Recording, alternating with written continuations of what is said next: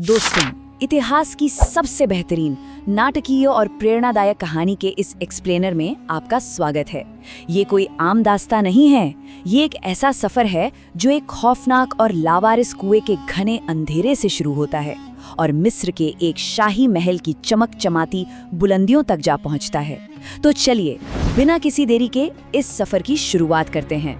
क्या आपने कभी सोचा है कि अब तक की दुनिया की सबसे खूबसूरत कहानी आखिर कौन सी हो सकती है?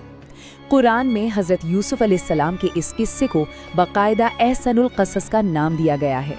इसका सीधा सा मतलब है सबसे बेहतरीन किस्सा। जरा सोचिए, एक ऐसा बच्चा जो अपने पिता की आंखों का तारा था, उसे अपने ही खून ने, अपने ही भाइयों ने धोखा दे दिया। ये कहानी हमें बताती है कि कैसे कोई इंसान अकल्पनीय और रोंगटे खड़े कर देने वाली मुश्किलों से गुजरकर भी महानता की मिसाल बन सकता है। भाग 1, ख्वाब और धोखा। इस कहानी की शुरुआत होती है कनान शहर से।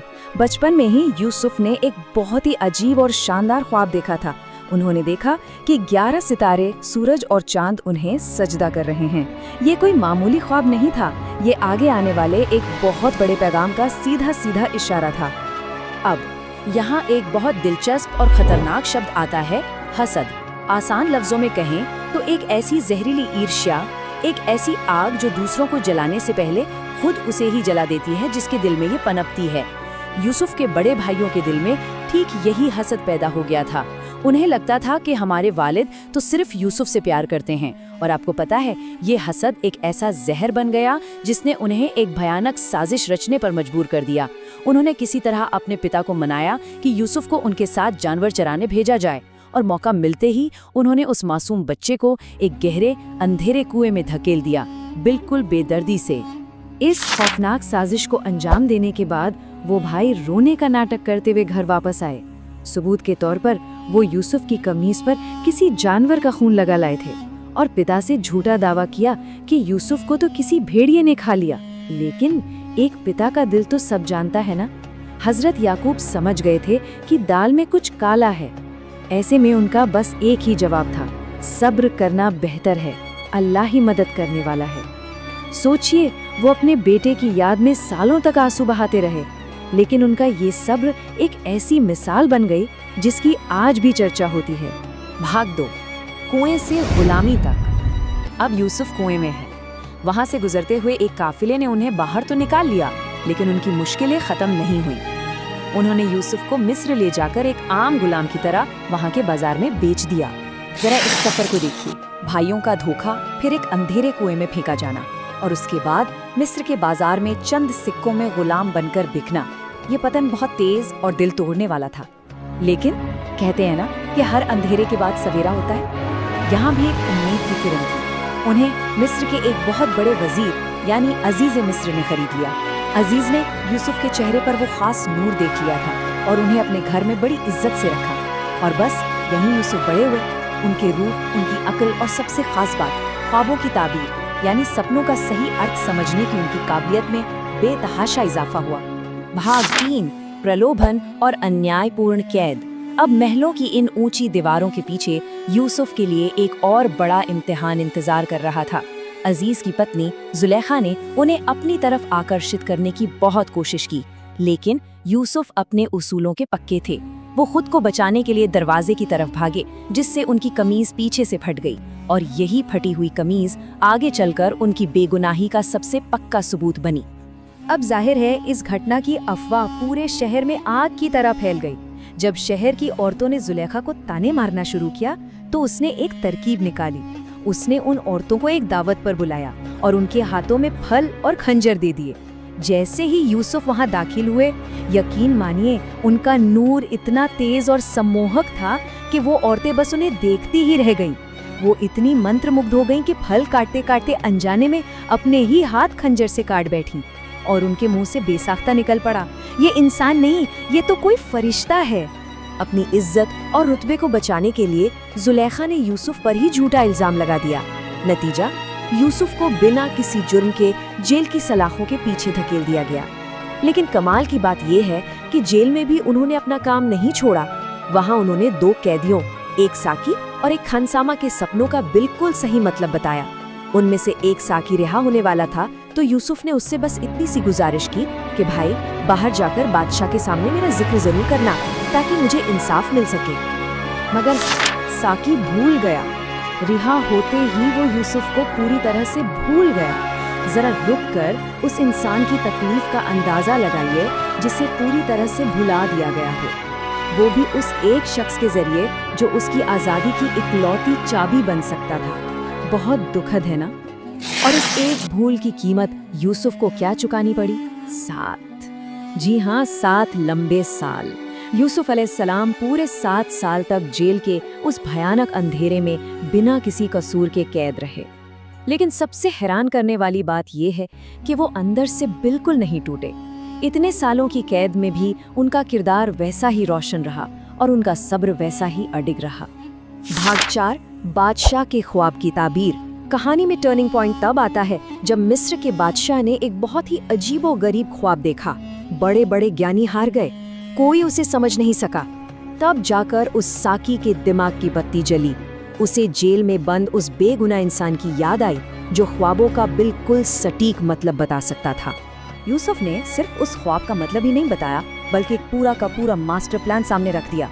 उन्होंने समझाया कि बादशाह सलामत, पहले 7 साल बहुत खुशहाली होगी और भरपूर खेती होगी। उस दौरान अनाज को बालियों में ही महफूज रखना होगा। क्यों? क्योंकि उसके ठीक बाद 7 साल का एक भयंकर अकाल पड़ने वाला है। तब वो बचाया हुआ अनाज ही पूरे देश के काम आएगा। इस एक सलाह ने ये साबित कर दिया कि यूसुफ के पास सिर्फ रूहानी ज्ञान ही नहीं था बल्कि वो एक असाधारण रणनीतिकार और एक कमाल के प्रशासक भी थे। यहाँ यूसुफ के गजब के स्वाभिमान और गरिमा की झलक मिलती है। जब बादशाह ने खुश होकर उन्हें रिहा करना चाहा तो उन्होंने तुरंत बाहर आने से साफ इनकार कर दिया। उन्होंने कहा कि नहीं, पहले मेरे ऊपर लगा वो झूठा मुकदमा साफ होना चाहिए। इसके बाद जुलेखा ने सबके सामने अपना जुर्म कबूल किया और बताया कि यूसुफ बिल्कुल बेगुनाह है। इस बेदाग सच्चाई को देखकर बादशाह इतना मुतासिर हुआ कि उसने यूसुफ को सीधा मिस्र का वजीर आला और देश के तमाम खजानों का रखवाला बना दिया। जरा सोचिए, कल का एक भूला बिसरा कैदी आज मिस्र का सबसे ताकतवर वजीर बन चुका था।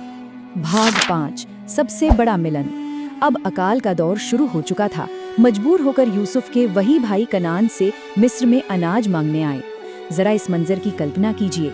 ये वो वक्त था जब वो उसी भाई के सामने जरूरतमंद और लाचार बनकर खड़े थे जिसे उन्होंने कभी एक अंधेरे कुएं में मरने के लिए फेंक दिया था। उन्हें बिल्कुल अंदाजा नहीं था कि उनके सामने तख्त पर कौन बैठा है। यूसुफ ने भी फौरन अपनी पहचान नहीं बताई। उन्होंने एक बहुत ही दिलचस्प और अक्लमंद तरीका अपनाया। उन्होंने भाइयों को अनाज तो दे दिया, लेकिन एक शर्त रख दी कि अगली बार अनाज चाहिए तो अपने सबसे छोटे भाई बिन्यामीन को साथ लाना होगा। जब वो अगली बार बिन्यामीन को लेकर आए तो यूसुफ ने चुपके से एक शाही प्याला उसके थैले में रखवा दिया और फिर चोरी का इल्जाम लगाकर उसे अपने पास मिस्र में ही रोक लिया। दरअसल ये बड़े भाइयों के लिए एक बहुत बड़ा और जरूरी इम्तिहान था। यूसुफ देखना चाहते थे कि क्या वो आज भी अपने भाई को वैसे ही छोड़ देंगे जैसे उन्होंने यूसुफ को छोड़ दिया था। जब बड़े भाई इस हालात में पूरी तरह टूट गए और गिड़गिड़ाने लगे, तब यूसुफ और बर्दाश्त नहीं कर सके। उन्होंने पूरा दरबार खाली करवाया और रोते हुए उन्हें अपनी असलियत बता दी। भाई तो डर के मारे कांपने लगे। उन्हें लगा कि बस अब तो हमारी खैर नहीं, अब हमें सजा मिलेगी। लेकिन तब इतिहास का सबसे महान और खूबसूरत पल सामने आया। यूसुफ ने कहा, आज तुम पर कोई इल्जाम नहीं, अल्लाह तुम्हें माफ करे। जरा सोचिए, इतना सब सहने के बाद भी, बदला लेने की पूरी ताकत होने के बावजूद उन्होंने पूर्ण क्षमा का रास्ता चुना। क्या गजब का किरदार था। और फिर आता है इस दास्तान का सबसे ज्यादा भावुक कर देने वाला पल, यूसुफ की खुशबू। यूसुफ ने अपनी कमीज भाइयों को दी और कहा कि इसे ले जाकर वालिद के चेहरे पर रख देना। कनान में जैसी वो कमीज हजरत याकूब के चेहरे पर रखी गई, एक चमत्कार हो गया। सालों से बेटे के गम में रो रो कर जिन आंखों की रोशनी जा चुकी थी, वो रोशनी उसी पल उस कमीज के छूते ही वापस आ गई। भाग 6, सब्र की ताकत। अंत में पूरा का पूरा खानदान मिस्र आ गया और जब उन सब ने यूसुफ के सामने इज्जत से सर झुकाया तो याद है वो बचपन का ख्वाब, 11 सितारे, सूरज और चांद वाला। वो ख्वाब बरसों बाद बिल्कुल सच साबित हो गया। दरअसल ये पूरी कहानी सिर्फ एक व्यक्ति की नहीं है, बल्कि इस एक छोटे से लेकिन बेहद ताकतवर शब्द की है, सब्र। एक ऐसा खूबसूरत और अटूट धैर्य जो अपनों के धोखे को सहता है, कुएं के अंधेरे को सहता है, सालों के अकेलेपन और झूठे इल्जामों को बर्दाश्त करता है और अंत में सबसे शानदार जीत दिलाता है। यूसुफ का कुएं की गहराइयों से लेकर मिस्र के तख्त तक का सफर हमें ये साबित करता है कि सच्चे सब्र का फल हमेशा कितना मीठा होता है। इस एक्सप्लेनर के आखिर में एक सवाल जो हम सबको खुद से पूछना चाहिए। ये कहानी हर उस इंसान के लिए एक उम्मीद है जिसे दुनिया ने ठुकरा दिया हो या जिसे अपनों ने ही धोखा दे दिया हो। अगर आपको कभी ऐसा लगे कि जिंदगी ने आपको भी किसी अंधेरे कुएं में धकेल दिया है, तो क्या आप ये भरोसा रख सकते हैं कि ऊपर वाले की जो योजना है वो उस अंधेरे से कहीं ज्यादा बड़ी है। हजरत यूसुफ की कहानी हमें यही सिखाती है कि चाहे हालात कितने भी खराब क्यों ना हो, अपने किरदार को हमेशा रोशन रखिए, क्योंकि जो हार नहीं मानता जीत उसी की होती है।